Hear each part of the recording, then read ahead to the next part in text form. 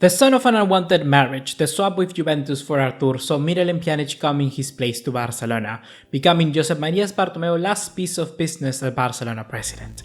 Initially, it would have been easy to discard the Bosnian as nothing more but a filler signing, especially when we take into account that Barcelona fans were overly saturated with another 30-plus-year-old player at the time.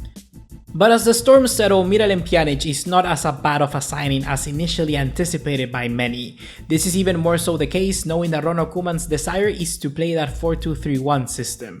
A system which a certain Barcelona veteran is not so adept in playing. Join us today as we take a look at Miralem Pjanic, the player that in my opinion is the key to complete Barcelona's midfield jigsaw.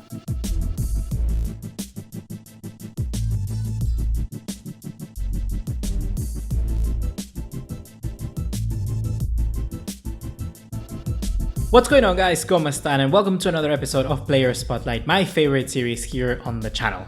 Today we're going to continue with a special video dedicated to Miralem Pjanic. At the moment of recording this video, the Bosnian international is constantly being rotated around, yet to consolidate a position within Barcelona's starting 11. As a result, this leads many to wonder if it's an adaptation problem or simply Koeman's favoritism for Sergio Busquets. In my opinion, I have decided to give the Dutch coach the benefit of the doubt. Before, he has been capable of taking harsh decisions, just like the one I believe he should take just about now. Miralem Pjanic started off as a young and promising midfielder in the French top flight, playing for French Alfred FC Metz for a season in which unfortunately he got relegated. Finishing rock bottom, here is where I believe Pjanic makes a special distinction compared to others. Having seen failure from a very young age, the Bosnian can not only know what it means to fight, but also to give everything that he's got. These are the sort of values which sometimes in football are underlooked, but remain the key difference between a very good footballer and the elite caliber of world-class players. Moving on with his development, despite being only just 17, he played for FC Metz in 32 league games and started 27 times, where he got 4 goals and an assist in the process. An extremely impressive collection of stats if you ask me, which deservedly won him a transfer to Olympique de Lyon in 2008. At Lyon, he established a foundation for his style of play, taking set pieces, willing to shoot from long range, and the ability to feed in pinpoint passes were some of the qualities that he harnessed.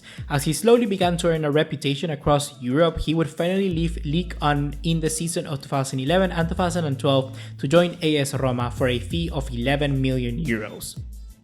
At that stage of his career, Serie A seemed to be the perfect league for Pjanic to continue developing. Despite being a smart player with the ball, he is a relatively slow footballer as well when compared to other center midfielders. In Italy, the expectation on a midfielder is to possess the capabilities of unlocking defenses through an extraordinary range of passes. Pjanic, fortunately, is excellent at that. More importantly so, Roma was the ideal club for him. Starting off in the bench, he slowly became a crucial player for them. With his improvement in the team's build-up play beginning to rise massively as game progressed, towards his final 2 seasons was where he actually made double figures when it came to goal contributions, and he did this with ease. At Juventus, you could easily be mistaken to think that Pjanic became a worse player, as his numbers and stats have decreased quite a lot. But to be completely honest, it couldn't be further away from the truth. His involvement in the game has taken a different approach, in the way that he has become more adept at what he does and is more influential as a result. Comparing his last and first 2 seasons with Roma and Juventus respectively, you can see the evolution of his game, forgiving goal resolution to focus more on goal creation. This is the sort of analysis that we will do in this next section, so please pay attention. To speak the language of Miralem Pjanic, one must talk more tactically than statistically. Under his last manager Maurizio Sarri at Juventus, Pjanic was used as a regista, a player that is required to carry the ball and move forward across the pitch.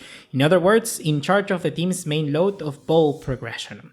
Whilst an entire analysis must be made to determine whether Pjanic was adept to completing that role at Juventus or not, we can completely avoid that idea of Pjanic playing as a regista at Barcelona, because Frankie de Jong is probably already one of the best players at doing that. When it comes to ball progression, the Dutchman is just class.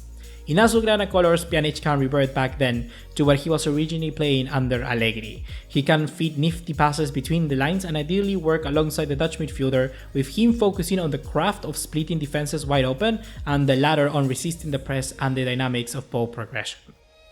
In comparison to Artur, if both players were currently now at Barcelona, it would still make more sense to see Pjanic play alongside De Jong than having Artur do it, or even Busquets.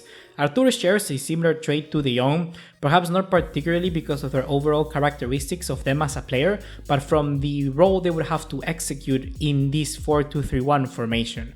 Realistically, Pjanic is the most different out of those three players. On screen right now you will see a stunning example of what I just mentioned. Juventus have attracted Napoli to a press with 6 players quite high up the pitch, which have left the midfield area exposed. Miralem Pjanic here threads a pass to the onrushing Khedira, and Juventus have beaten Napoli press thanks to the Bosnian ability to break the lines. Furthermore, this next image sees Pjanic spot Ronaldo in the space between the lines of Napoli's defense and midfield. This is a type of pass that is critical for Juventus' opportunities to progress the ball and therefore Barcelona as a return. This is how they hurt the teams, with 3 players between the lines, something which at Barca depends more than ever. If you're feeling a bit of deja vu, I don't blame you, because this evidence is not dissimilar to something that Sergio Busquets can already do. But well, here is an aspect of Pjanic's game that Busquets cannot replicate. Pjanic also has the ability to progress the ball quickly, using only one-touch football, not via short passes but long passes at that.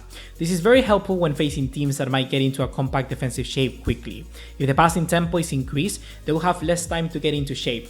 We can see here as one of those passes is threaded through by Pjanic. He received the ball from the right and placed it into Gonzalo Higuain using only one touch. This breaks Napoli's midfield and allows Juve to access the space just in front of Napoli's back four. Due to his passing range, Pjanic is a huge asset in the final third from his position at the base of midfield. Juventus in this scenario positioned a lot of players between the lines and threatened with runs in behind the space, something that Barcelona will tend to do here in this version with Ronald Koeman. With Pjanic is sitting deep and running attacks, he can access all of these spaces if the possibility is there. Take the image below. The Bosnian could easily switch the ball wide to De Siglio, he could play straight into Khedira between the lines, or he could lift it over the defense to find Ronaldo or the other striker on the left. In other words, when Frankie de Jong dribbles forward to join the attack and progress the ball, it can be meaning that Pjanic can sit in behind and just prepare for a new offense if it needs be. This skill would be great of help for someone to replicate Messi's straighted mark long balls into Jordi Alba. Someone else can certainly do the trick, right? Pjanic is the man for that. He is capable of feeding such passes, and this would allow the Argentine then to conserve the energy that he spends on dashing forward into the position box to be fitted in better areas. Messi can play more as a false 9 or even as a wide man cutting inside. And I don't know about you guys, but seeing the way that both players communicate on the field, it is clear to see that Leo understands and knows Pjanic's qualities in this scenario and is respectful of simply the talent that he has in that Bosnian right foot of his. In terms of strengths, we've already highlighted his depth in long-range passing and vision. However, there are still more strengths that we must mention. One of them comes in the form of his long shots. As you have already learned so far, the Bosnian likes to position himself further back, away from the action in the box, which is actually a great positive if we take into account that the 30-year-old is great from those ranges. Another quality asset to Pjanic's arsenal is his set-piece delivery. As he's able to do with the long passes, Pjanic can also replicate what Messi does from a dead ball. With this, I don't only suggest when it comes to actually being as perfect as the Argentinian, but when he's not on the field, or even when both are, Barcelona now has different options.